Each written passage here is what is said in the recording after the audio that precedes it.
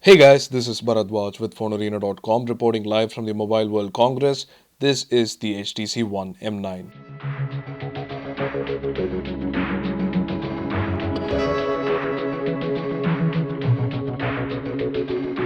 The HTC One M9 is the Taiwanese manufacturer's latest flagship device that builds upon the previous year's flagship, the One M8. Yes, it does look almost exactly the same, but it is pretty much a refined version of the One M8, meaning it fixes a lot of issues that a lot of people had with the One M8. So in this video, we are going to see what these changes are and overall what's new with the HTC One M9.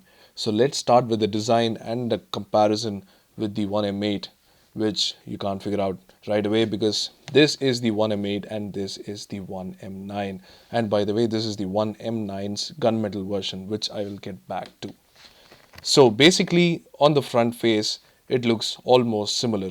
There are still changes with the arrangement of the speakers and so on, but there is also the difference in the materials used. So in the 1M8, you can see that the design and the materials used are slightly softer and have a really brushed metal finish to it, but this time it's completely matte metal and it looks pretty good on this color.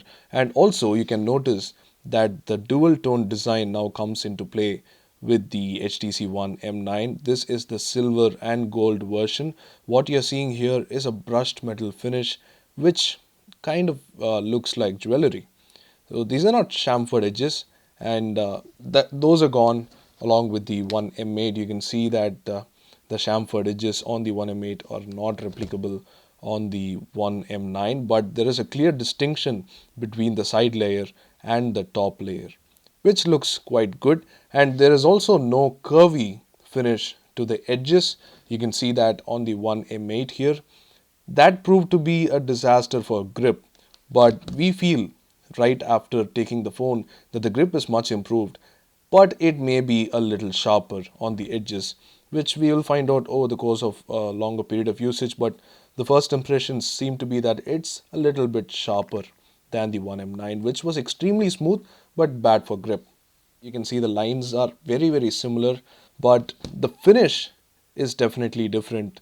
So this is much more grippy, not as smooth as the 1M8, and it's just much better in the hands. That's the difference that HTC is making in terms of design. Now coming to the other changes, the only thing that you notice and immediately applaud is that the power button has gone from the top to the sides.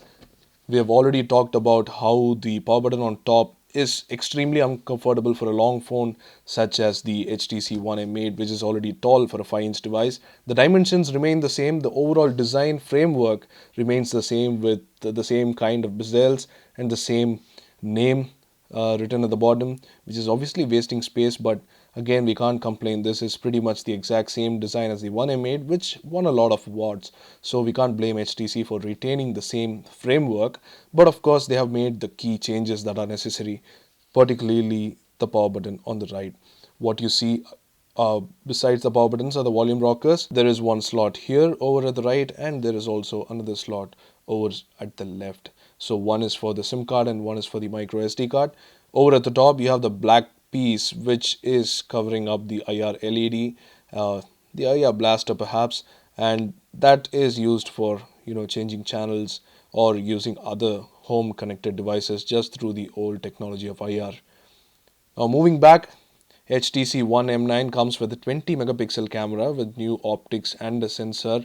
The previous One M8 had a 4 megapixel ultra pixel sensor and a 3D depth sensing sensor at the top, which enabled you to take fake bokeh photos. But that was mostly HTC going off track. But they have put it in the right place this time. It's now occupying the front of the phone. So this is the 4 megapixel ultra pixel camera for the front facing unit, which means better selfies in low light basically. So when it comes to the upgrade, it's not just about the hardware and the slight design changes, but also the software. This is Sense 7.0, which is pretty new and is built on top of Android 5.0, that's Lollipop. So you can see immediately that the drop down notifications are a bit different. It's very much in line with the lollipop philosophy. And there is also the new launcher, which does have the new version of Blink Feed and also the most apps you use according to the scenarios and so on. So the HTC Sense 7 actually borrows some ideas from third party launchers and so on, and that includes themes. So the themes, I'm not sure why it's not connected, but the themes will let you have full customization control over the look of your device. So basically, this will give you an idea of what all you can customize. There are recommended themes and there are wallpapers, icons, sounds, and fonts, and you can also have your own themes which you can select. So these are the pre-selected themes that HTC is giving the users. You can select them, and there is also the option to make your own theme, which will, based on a wallpaper, select automatically the icons and whatnot. So basically, HTC wants to make sure that there is enough customization options on the Sense UI. So if you don't like the look, you can obviously change it, and it's in line with other third-party ROMs that already give this option. Now, moving back to hardware, the camera, as I said, has been changed, and the back camera is now a 20 megapixel unit, and the front facing camera is now a 4 megapixel ultra pixel unit. So right now I'm in a pretty low light condition, and you can see that the HTC One M9 can really show the details out over here in this low lit situation. So that's the selfie camera in action. And as usual, you have the extensibility options that usually come with the HTC camera. For example, the bokeh option, the split capture, photo booth, panorama, and so on. And also, you have the ability to add more components to this camera, which makes it extensible. So roughly that's what's new with the HTC One M9. So let's have a quick recap here.